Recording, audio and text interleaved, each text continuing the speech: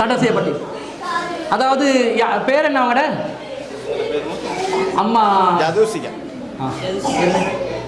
ஒரு சகோதரி என்ன கேட்கிறாங்கன்னா, மது சாராயம் ஏன் இஸ்லாத்தில் தடை செய்யப்பட்டிருக்கிறது என்று கேட்கிறாங்க. எல்லா மதமும் உலகத்தில் உள்ள எல்லா சித்தாந்தங்களும், எல்லா மனிதர்களை பக்குவப்படுத்தக்கூடிய நல்ல சித்தாந்தங்கள் ஒத்துமையா சேர்ந்து தடை பண்ணின ஒன்றுதான் இந்த மது. அடுத்தது மதுவும் தடை செய்யப்பட்டது.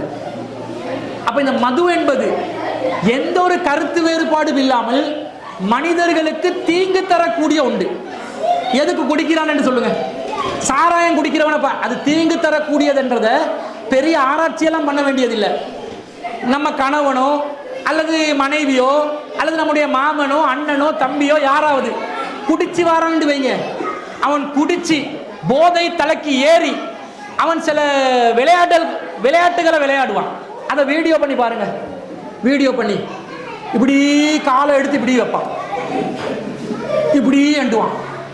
சாரத்தை லுங்கிய கட்ட விடுங்க, சாரத்தை இப்படி என்ற ஒரு ஆடுவான். அவன் ஒரு பொங்கல் இருக்கும், அவனோட சாரம் இன்னொரு பொங்கல் இருக்கும். பார்த்திருப்பீங்களா? மனைவி ஓங்கி இப்படி அடிக்கிறதுக்கு வருவான். அவனோட கை எங்கேயோ இருக்கும், மனைவி எங்கேயோ இருப்பான். நீதான் என் அன்பு மனைவி பக்கத்து விட்டு அக்காவை போயிட்டு அணைச்சு கொள்வான். என்ன நடக்குது? மூளை மழுங்கடிக்கப்படுகிறது. செருப்படியும் கிடைக்கும். சாராயத்தை குடிச்சு செருப்படி வாங்குவான். பல பேர் சாராயம் குடிச்சா வீட்டுக்குள்ள கிடப்பானா, சாக்கடைக்குள்ள தான் கிடப்பான். பார்த்துருப்பீங்க, ரோட்ல தெருவில் எங்கேயாவது இப்படி போதையில கிடப்பான். என்ன செய்து? இந்த மூளோட பேலன்ஸை இல்லாமக்குது. மனிதர்கள் பேலன்ஸா இருக்கணும், இந்த மூளை விழிப்பா இருக்கணும். இது என்ன செய்து? சாராயம் என்ன செய்தண்டா, மது என்ன செய்தண்டா, மூளையில மனிதன் சமநிலையாக இருப்பதை செயலாற்ற வைக்காமல் தடுக்கிறது, செயல்பட வைக்காமல் தடுக்கிறது.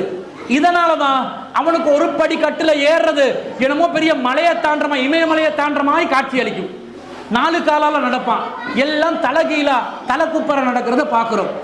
இது மனிதனுக்கு கேடு விளைவிப்பது. எனவே சாராயம் குடிக்கிறத யாரும் அங்கீகரிக்க மாட்டாங்க.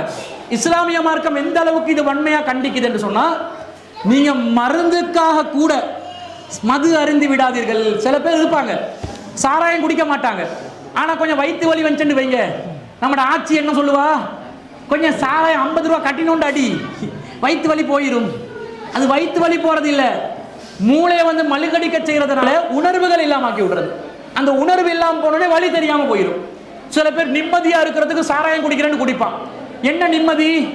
நடந்த நிகழ்வுகள் அவனுக்கு மறந்து போ வைக்குது. மறக்கடிக்க வைக்கிறது தானே, அது மறந்து போ வைக்கிறதுனால சாராயம் குடிச்ச உடனே ஒண்ணுமே தெரியாம நிற்பான். ஆனா அந்த போதை தெளிஞ்ச உடனே உள்ளதை விட எல்லா கவலைகளும் கூடும். அப்ப இந்த மதுவினால் மனிதனுக்கு எந்த ஒரு நன்மையும் இல்லை, ஒரு துளி அளவு நன்மையும் இல்லை. இன்னும் சொல்ல போனால் பல விதமான நோய்களுக்கு இந்த மது காரணமா இருக்கிறது. குடும்ப பஞ்சாயத்துகளுக்கு, குடும்ப விரிசல்களுக்கு இந்த மது காரணமா இருக்கிறது. சமூக சீர்கேடுகளுக்கு, சிறுவர் துஷ்பிரயோகத்திற்கு, அனாச்சாரங்களுக்கு, விபச்சாரங்களுக்கு, இன்னும் கொலைகளுக்கு, கற்பழிப்புகளுக்கு என்ற கண்ணு விளங்காது, அண்ணன் அக்கா தங்கச்சி யாருன்னு விளங்காது. இந்த மாதிரி பலவிதமான விபரீதங்கள் ஏற்படுவதனால இஸ்லாம் மட்டுமல்ல, உலகத்தில் உள்ள ஒட்டுமொத்த மதங்களும் சேர்ந்து வேணாம் என்று சொன்ன ஒரு காரியம்தான் இந்த மது என்பது. எனவே இஸ்லாம் என்ன சொல்லுது? குடிக்கவே கூடாது. ஒரு கட்டளை வருது கடவுளுடைய, படிப்படியாத்தான் மதுவை தடை செய்யறான் இறைவன். நமக்கு ஒரு இப்ப தடை தான், யாரும் அருந்த முடியாது. ஆரம்பத்தில் தொழுகைக்கு நெருங்கும் போது மட்டும் நீங்கள் மது அருந்தாதீர்கள் என்று தடை செஞ்ச இஸ்லாம் கட்டங்கட்டமா இனிமேல் கொண்டு ஃபஜித்தனிபூஹு, அதனை விட்டு நீங்கள் அனைவரும் விலகியே ஆக வேண்டும், லஅல்லக்கும் துஃப்லிஹூன், அப்போதுதான் நீங்கள் வெற்றி அடைவீர்கள் என்று ஒரு கட்டளை வந்தோடனே நபிகள் நாயகத்தின் சமூகத்தில் இருந்தவர்கள், பீப்பாய் கணக்கில் மது அருந்தியவர்கள், தன்னுடைய மது குவளைகளை எல்லாம் புரட்டி போட்டு மது பீப்பாய்களை எல்லாம் தெருவிலே கொட்ட விட்டார்கள். மது ஆறுகள் தெருவிலே ஓடியதாக நபிகள் நாயகத்தின் தோழர்கள் சொல்கிறார்கள். அந்த அளவுக்கு மதுவை வெறுத்து, எந்த அளவுக்கு சொன்னா, மது அருந்தி இஸ்லாமிய ஆட்சி இருக்கக்கூடிய காலத்துல யாராவது ஒருத்தர் மது அருந்தி வந்தால் கசையடி கொடுக்கப்படும். நபிகள் நாயகத்தின் சபையில் ஒரு அப்துல்லா என்று சொல்லக்கூடிய, ஹிமார் என்று புனை பெயரில் அழைக்கப்படக்கூடிய ஒரு நபித்தோழர் இருந்தார். அவர் நபிகள் நாயகத்துக்கு ஜோக் அடிப்பார். ஜோக் அடிச்சு சிரிப்பு வைக்கிறதுக்கு சில பேர் இருப்பாங்க தானே, நல்ல நையாண்டி பண்ணுவாங்க, நல்ல கேலி கூத்தா இருப்பாங்க, எப்போ பார்த்தாலும் பல்லை இழிச்சு கொண்டே இருப்பாங்க. அப்படி சில பேர் இருப்பாங்க, ஒவ்வொரு இடத்துல இருப்பாங்க. இவருடைய வேலை என்னது? இடையில போயிட்டு நபித்தோழர் தான், நபிகள் நாயகத்துல பாசறையில் வளர்ந்தவர் தான், இடையில போயிட்டு மப்பாகி வாருது, குடிச்சிட்டு வாருது, சிக்கி கொண்டு கசையடி.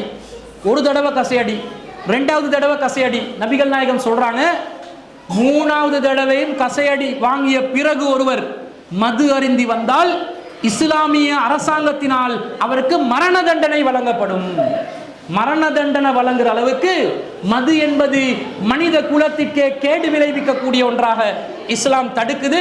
எனவே எக்காரணத்தை கொண்டும் இஸ்லாம் மதுவை ஆதரிக்காது. தடை செய்யப்பட்டதுதான். அது தடை செஞ்சதுல எந்த ஒரு அநியாயமும் இல்லை. 100க்கு கோடான கோடி மடங்கு நியாயம். மதுவினால் பாதிக்கப்பட்ட ஒரு பெண்ணிடம், ஒரு குடும்பத்திடம் இதை கேட்டா சொல்லுவாங்க.